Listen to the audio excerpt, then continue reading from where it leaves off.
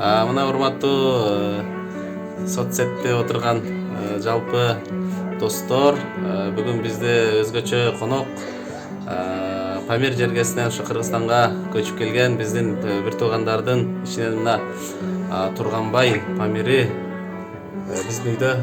Кош келдиң. Hoş gördük Emil ağay. Assalamu alaikum урматтуу кыргыз элим. Кутмандуу күнүңүздөр менен амансыздарбы? Бүгүн Жалал Абад жергесинде, Жаштардын шаары деген Жалал Абад шаарында Эмил агайдын үйүндө коноктобуз. Рахмат Эмил агай. Биз абдан кубанычтабыз.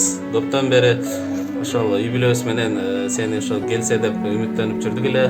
Бүгүн ошол Кудай Таала тилегибизди орундатып, биздин үйдө өзгөчө бир конок болуп отурасың. Дагы бир жолу кош келдиң, келип тур. Рахмат.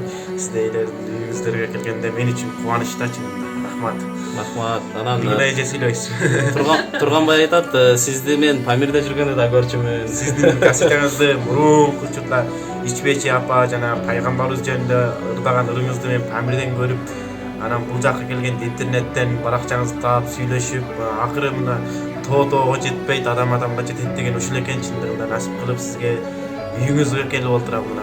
Рахмат. Биз болсо Турганбайды ошол Памирден туугандар келип, ошол Кыргызстанга түшүп атканда эле ошол көргөнбүз.